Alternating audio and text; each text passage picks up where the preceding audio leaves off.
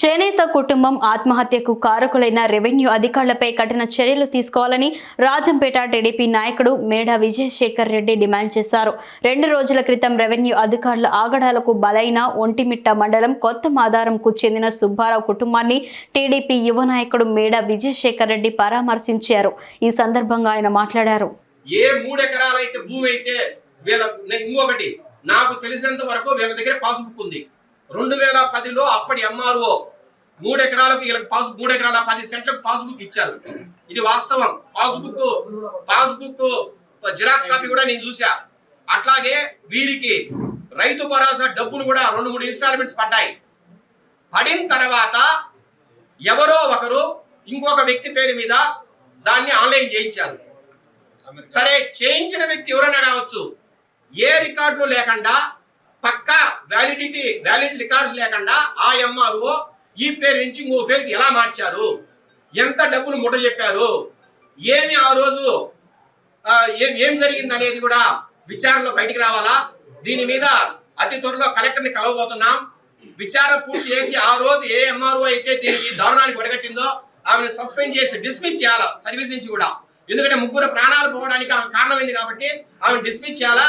అట్లాగే ఈ రికార్డ్స్ మార్చి ఎవరైతే ఆమెని ప్రోద్బలం చేసి రికార్డ్స్ మార్పించారో వాళ్ళ మీద కూడా ఈ ఆత్మహత్యకు సంబంధించిన క్రిమినల్ కేసు కూడా పెట్టాలా.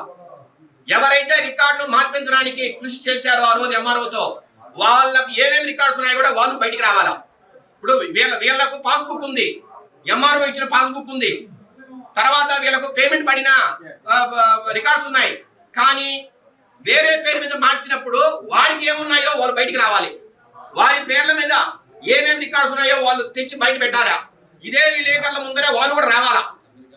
మేము ఈరోజు ఒకటే అడుగుతున్నాం, ఇట్లా ఇంకొకసారి ఎవరికి ఎక్కడ ఇబ్బంది కలగకూడదు, ఎవరికి అన్యాయం జరగకూడదు.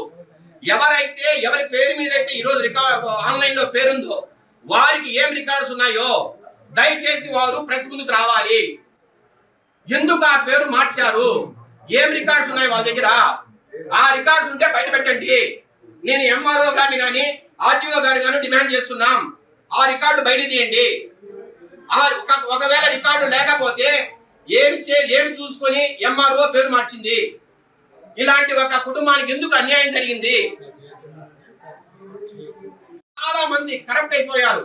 ఎంఆర్ఓలు డబ్బులు 10,000కు 20,000కు అమ్ముడు పోయి ఆన్లైన్ లో రికార్డు మార్చే పరిస్థితి తెచ్చుకొచ్చారు. చాలా దగ్గర ఇదే ప్రాబ్లం ఉంది.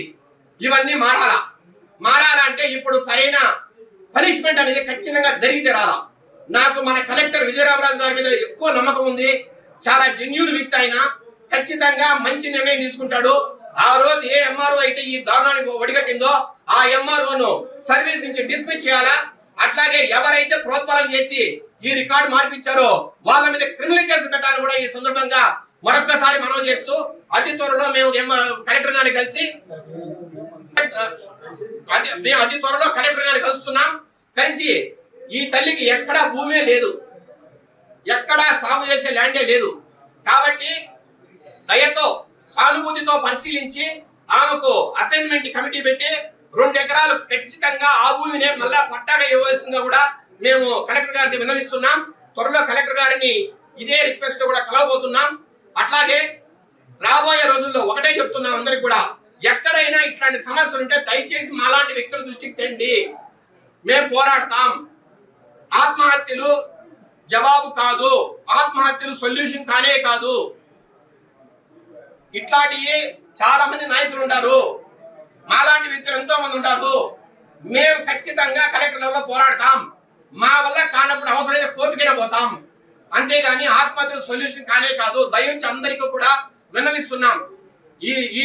ఈ 6 మండలాల్లో రాజంపేట 6 మండల ప్రజలందరికీ కూడా చెప్తున్నాం, దయచేసి ఎక్కడైనా ఇట్లాంటి సమస్యలు ఉంటే మా దృష్టికి తీసుకురండి. మేము పోరాటానికి సిద్ధంగా ఉన్నాం. పార్టీలతో సంబంధమే లేదు. ఇక్కడ మనం సమాజం బాగుండాలా, దానికోసం ఈ ప్రయత్నం. ఇక్కడ చాలా మంది పెద్దలు కూడా దానికోసమే పరిగెడతారు. ఖచ్చితంగా రాబోయే రోజుల్లో ఇది సొల్యూషనే కాకూడదు. ఏదున్నా మా దృష్టికి తీసుకురండి. నా పేరు మేడా విజయశేఖర్ రెడ్డి. ఒక్కసారి గుర్తుపెట్టుకోండి, నేను పోరాడతా. అందరితో కలిసి పోరాడదాం. ప్రతి ఒక్కరు ఎక్కడ తప్పు జరిగినా సరిదిద్దడానికి ప్రయత్నం చేద్దాం. ఇప్పుడు ఈ విషయంలో కూడా ఈ తల్లికి న్యాయం జరిగేంత వరకు విశ్రమించే పరిస్థితి లేదు. రకరకాల సంఘాలు వస్తున్నారు, రకరకాల పార్టీలు వస్తున్నారు, ఎవరి పని వాళ్ళు చేయనివ్వండి, మాకే